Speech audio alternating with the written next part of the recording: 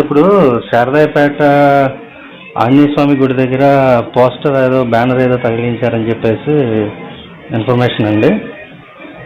So అది మీకు చెప్పారంటే కదా ఆల్రెడీ తీసేయమని చెప్పి, తీసేశారా? మరి తీసేస్తామయ్యా ఇప్పుడు ఉంచారా?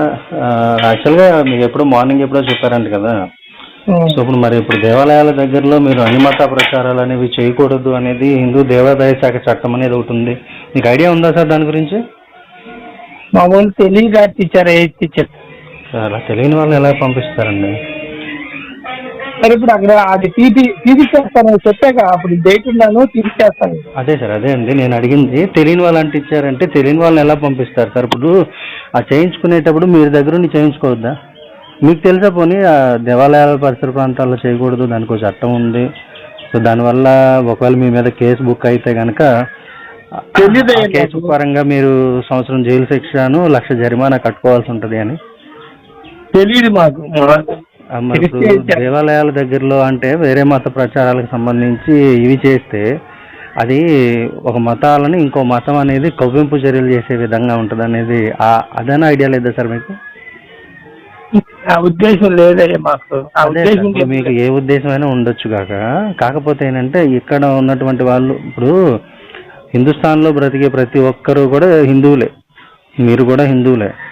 కాకపోతే ఇక్కడ ఒక మతాన్ని పూర్వం నుంచి ఆచరిస్తున్న వాళ్ళు ఎవరైతే ఉన్నారో ఇప్పుడు మీరు మీ స్వలాభాల కోసమో లేదంటే మీరు ఏదో మేలు పొందారు, ఆ మేలు మిగతా వాళ్ళు కూడా పొందాలి, ఏ ఉద్దేశమైనా కావచ్చు. కాకపోతే దానికంటూ దేవాదాయ శాఖ చట్టం అనేది ఒకటి ఉంది. ఆ దేవాదాయ శాఖ చట్టం ప్రకారం అన్యమత ప్రచారాలు దేవాలయ పరిసర ప్రాంతాలలో కానీ హిందూ నివాసితుల ఇళ్ల మధ్యలో బ్యానర్ల ద్వారా కానీ, పోస్టర్ల ద్వారా కానీ, కరపత్రాల ద్వారా కానీ, మైక్ సెట్ల ద్వారా కానీ, చర్చిల నిర్మాణం ద్వారా కానీ, స్వార్థ ప్రచారాల ద్వారా కానీ చేయకూడదు అనేది ఒక చట్టం ఉంది. దేవాదాయ శాఖ చట్టము 30/1987 అనేది ఒక దేవాదాయ శాఖ చట్టం ఉంది. దాని ప్రకారము ఇవన్నీ ఒకవేళ ఒక హిందూ అనేవాడు వ్యతిరేకంగా చేసినా సరే హిందూ అనేవాడు కూడా శిక్షార్హుడే అవుతాడు. ఇది ఒక చట్టం ఉందనేది మీకు తెలుసా? మరి ఇప్పుడు ఇవన్నీ తెలుసుకొని కదా సార్ మీరు చేయాలి. ఇప్పుడు నేనేమనుకుంటున్నాను, ఇట్లా నాకు పంపించారు ఇప్పుడు ఇన్ఫర్మేషన్ అని. సో దీన్ని బేస్ చేసుకొని ఇమీడియట్గా ఆ ఫోటో అది పెట్టేసి గ్రీవెన్స్లో పెట్టేసి సో పలానా దేవాదాయ శాఖ చట్టం ద్వారా అతని మీద యాక్షన్ తీసుకోండి అంటే మీకు నాన్ బెయిలబుల్ అనేది పడుతుంది కదా కేసు.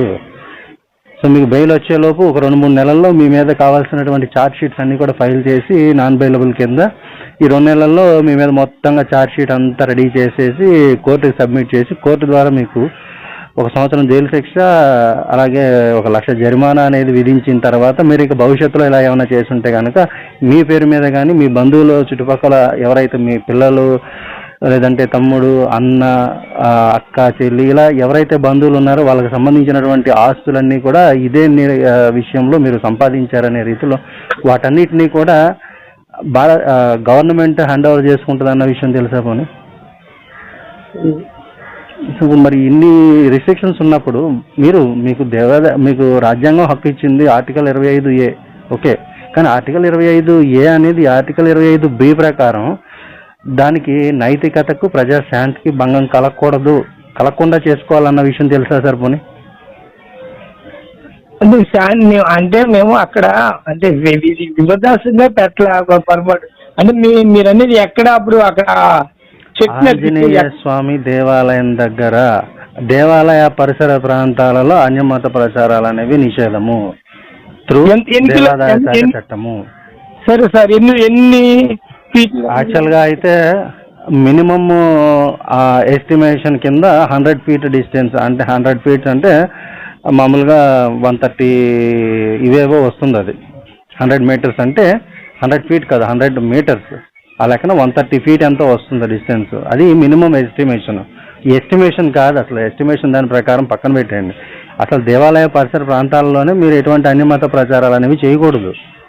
అలాగే హిందూ నివాసితుల ఇళ్ల మధ్యలో చాలా స్పష్టంగా ఉంది దేవాదాయ శాఖ చట్టం అనేది. మీకు ఒకవేళ కనుక దీని గురించి ఐడియా లేకపోతే గూగుల్లో వెతికి చూడండి, దేవాదాయ శాఖ చట్టము 30/1987 అని డీటెయిల్డ్గా ఇస్తాడు అందులో. సో దాని ప్రకారం మీకు ఇచ్చినటువంటి రాజ్యాంగ హక్కును ఉపయోగించుకొని ఈ ఆర్టికల్ 25A అనేది ఆర్టికల్ 25B పరిధిలో ప్రజాశాంతికి నైతికతకు భంగం కలగకుండా మీరు చేసుకోవాలి ప్రచారాలు అనేవి. ఇలా చేసి మీరు కవ్వింపు చర్యలు చేస్తే అంటే ఇప్పుడు అది చూసి వేరే ఎవరైనా ఒక హిందూ అనేవాడు వచ్చి మీ మీద ఏదైనా వల్గర్గా రియాక్ట్ అయితే మా మీద దాడులు జరుగుతున్నాయి అనే రీతిలో ముసలి కన్నీరు కార్చి హిందూ సమాజం మీద తప్పుడు విధానంలో చూపించే ప్రయత్నం చేయాలని మీ ఉద్దేశమా ఎట్లా? మేము అలాంటి ఉద్దేశం లేదా, ఇప్పుడు తీసేస్తే ఒక గంటలో దాన్ని యాజ్ ఎర్లీ యాజ్ పాసిబుల్ మీరు అది ఎంత త్వరగా చేయగలిగితే అంత మేలు. ఎందుకంటే ఒకవేళ ఇప్పుడు అది ఇంకా మిగతా వాళ్ళ దగ్గరికి వెళ్ళింది అనుకోండి, ఇప్పుడు కావాలని రెచ్చగొట్టే ప్రయత్నాల్లో చేసేవాళ్ళు ఒక బ్యాచ్ ఉన్నారు ఇక్కడే. సో మిమ్మల్ని కావాలని రెచ్చగొట్టి చేసేటైతే కనుక దానికి మీరు అలా వదిలేస్తే ఈవినింగ్ వరకు చూసి నేనే కేసు వేయాల్సి వస్తుంది. ఈ చట్టం అంటూ ఒకటి ఉంది కాబట్టి ఇప్పుడు ఇమీడియట్గా మీరు ఒకవేళ ఇంకెక్కడైనా ఉన్నా సరే మీకున్నటువంటి బంధువులో చుట్టాలో లేదంటే చర్చిలో ఉన్నటువంటి మెంబర్స్ ఇంకెవరో మీకు అనుయాయులు ఉంటారు కాబట్టి వాళ్ళు ఎవరినైనా ఉపయోగించి పలానా ప్రదేశంలో దేవాలయం దగ్గర అంట ఆంజనేయ స్వామి గుడి దగ్గర మన వాళ్ళు అంటించారట ఆ బ్యానరో పోస్టరో ఏదైతే అది కనుక తీయించేయండి, లేకపోతే కనుక ఇది నాకు ఇబ్బంది అయ్యే అవకాశం ఉంటుంది. సో తర్వాత నేనే ఇబ్బంది పడాల్సి వస్తుంది. So as early as possible తీసేయమని చెప్పి ఎవరైనా పంపించండి. మీరు మళ్ళీ ఎప్పుడో ఊరు నుంచి వచ్చే వరకు అంటే ఇది ఇంకా మ్యాక్సిమం స్ప్రెడ్ అయితే దానివల్ల ఉపయోగం లేదు, మీకు లేదు. తీసేస్తారు సార్, ఇప్పుడు పంపించేస్తాను సార్ చేయండి. ఎందుకంటే ఈవినింగ్ వరకు చూస్తాను. ఈవినింగ్